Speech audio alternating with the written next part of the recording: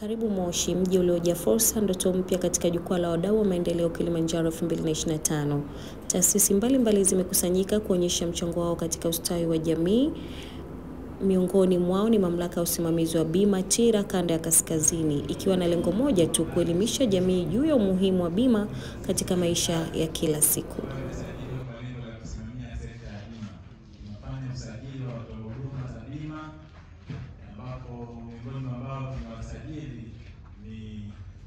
Wakala ambaye kwa Cooperative Bank Tanzania.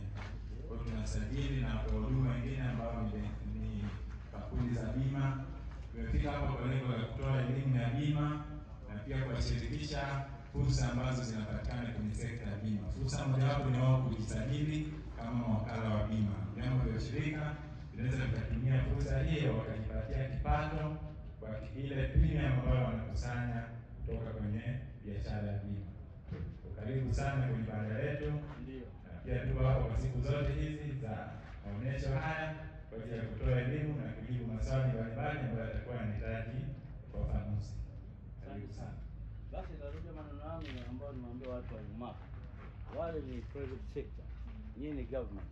Yes. Kwa hiyo ni lazima tushirikiane nao katika kufanya hii kazi. Kwa hiyo sababu mnaambia uko hapa mtatoa elimu. Ndio.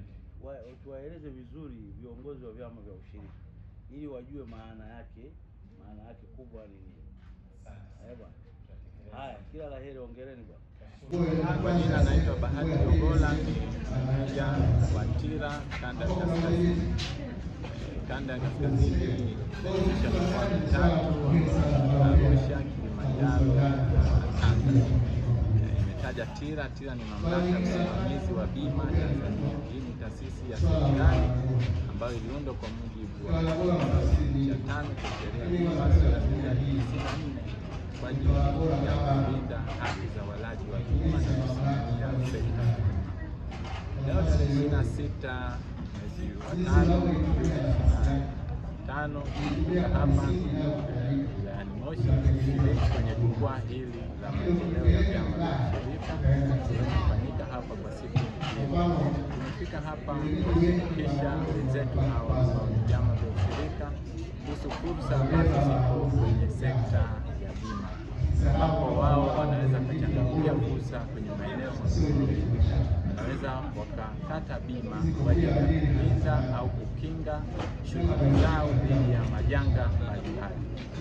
Pia wanaweza wakawa mmoja wao watoa huduma za bima, ambapo wanaweza kujisajili kama wakala wa bima au madalali wa bima, ili kwa ile hela ambayo ni premium wanayokusanya au wanayolipa wanapata commission.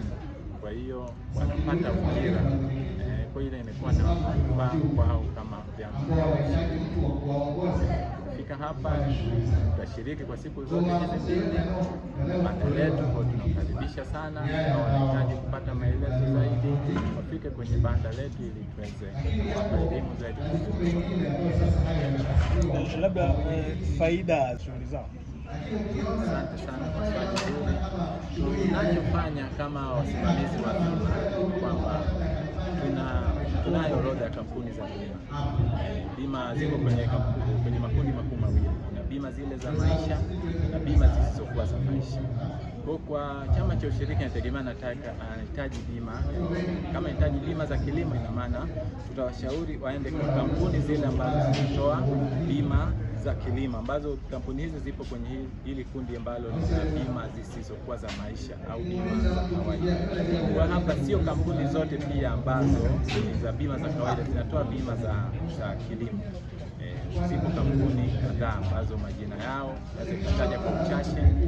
Kwa mfano, shirika la bima la taifa NIC linatoa bima za kilimo.